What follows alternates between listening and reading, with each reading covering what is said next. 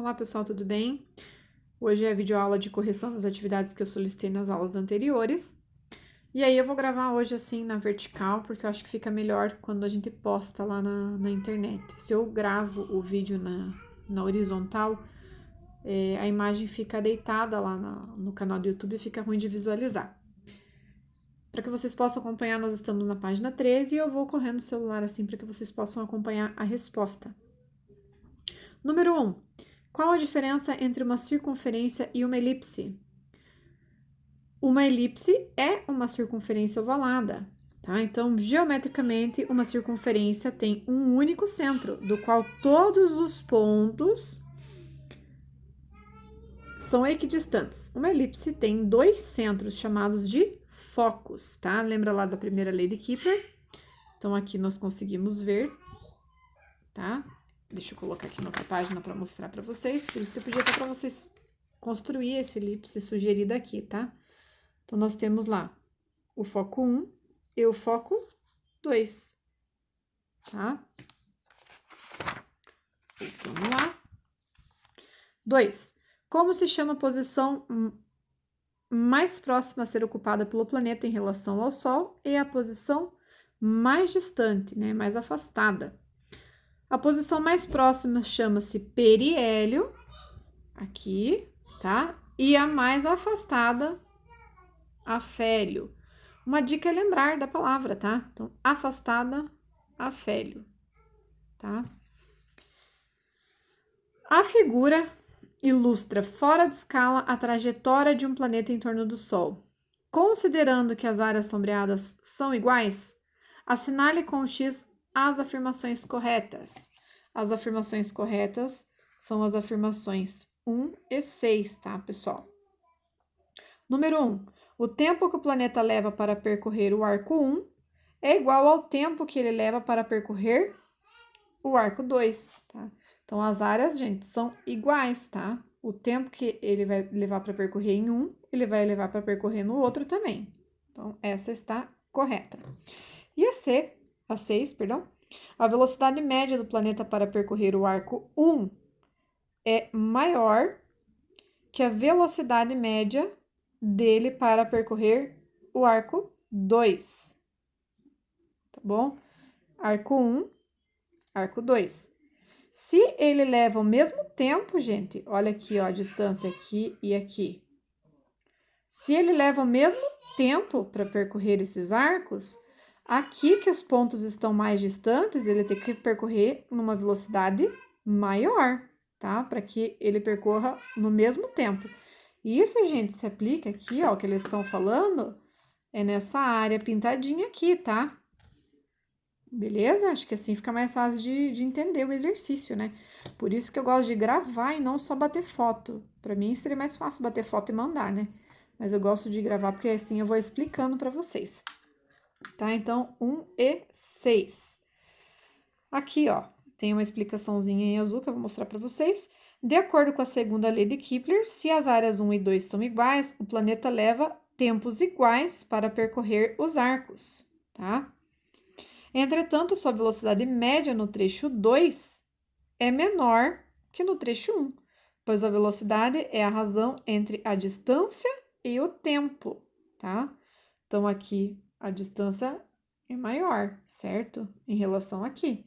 Então, aqui ele vai percorrer num tempo igual aqui, mas a velocidade aqui é menor do que a velocidade aqui. Tá certo? Então vamos lá, continuando. 4. O que aconteceria com o movimento dos planetas se a força gravitacional deixasse de existir? O que aconteceria, pessoal? Se ela sumisse de repente, os planetas, por inércia, passariam a se mover em linha reta com velocidade constante, tá? Então, o que mantém o planeta ali na órbita é a gravidade. Se não existisse a gravidade, o que ia acontecer com o planeta? Né? Ele ia ficar em velocidade constante em linha reta. E vocês vão conseguir entender isso que eu tô falando quando vocês fizerem essa atividade que eu sugeri que vocês fizessem, tá? Do Fazendo Ciências. Ah, professora, mas é difícil fazer em casa e tal. Gente, todo mundo tem uma borracha e um fio na casa, né? Então, não são materiais difíceis de conseguir. E você fazendo a experiência, você consegue compreender de uma forma muito mais concreta do que só lendo, assistindo vídeos, enfim. Ah, gente, lembrando, destacando aqui que é bem importante, tudo isso que eu venho falando, as aulas, tudo mais, conforme nós combinamos ontem, vocês precisam estar fazendo registros em manuscrito no caderno de vocês, que eu estarei verificando depois, tá? Então, todas essas dicas que eu tô dando aqui, questão de afélio, periélio, questão do mesmo tempo e velocidades diferentes, isso são coisas importantes de vocês estarem registrando até para facilitar no estudo, tá? 5. Quando você joga uma pedra para cima, ela sobe até uma certa altura e depois retorna ao solo. Por que isso? Por que isso acontece? Porque, como tudo, né, gente, essa pedra é atraída para o centro da Terra graças à força gravitacional. Dois planetas atraem-se segundo uma força F. Se a distância entre os dois planetas aumentar, o que ocorrerá com a força F entre eles? A força será reduzida, tá? Então, se a distância aumentar, a força será reduzida. Aqui, gente, ó, é uma tabelinha, tá? Não é nada difícil. A tabela a seguir representa as informações referentes ao período de translação e ao raio da órbita dos planetas do Sistema Solar. Observe que os planetas estão mais próximos, que os planetas que estão mais próximos do Sol executam uma volta em um intervalo de tempo menor, tá? Use uma calculadora.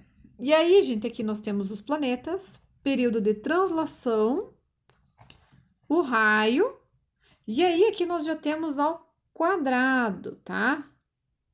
Então, nós temos o período de translação ao quadrado e o raio da órbita ao quadrado. Gente, vocês não precisam, tá? Decorar. Eu sei que na hora que eu falei lá no vídeo, talvez vocês tenham se assustado com isso aqui, né? A razão entre o quadrado do período de translação de um planeta e ao cubo do raio médio da sua órbita é igual para todos os planetas do sistema solar, tá? Assusta quando você lê isso aqui. Vocês não têm que decorar isso aqui, tá? Então, vocês precisam compreender isso aqui e aí vocês vão conseguir calcular isso aqui utilizando a fórmula, tá? E a fórmula é essa aqui: translação ao quadrado, tá? Tempo de translação ao quadrado e o raio da órbita ao cubo, tá bom? Então, olha só. E o que você vai fazer? Vai dividir um resultado pelo outro. Se a tabela não tivesse te passado essas informações aqui, você teria que fazer o cálculo, tá? Mas ele já te dá o resultado. A única coisa que você tem que fazer é dividir, tá? Esse dividido por esse dividido por esse, e aí vocês têm os resultados. Eu vou focar aqui para que vocês possam ver, tá? Podem colocar uma pausa ali no vídeo, tá? E corrigir o de vocês, tá? Pessoal, então continuando. Letra A. Observando os resultados da última coluna, podemos afirmar que eles estão de acordo com a terceira lei de Kepler. Justifique a sua resposta. Os resultados foram praticamente iguais.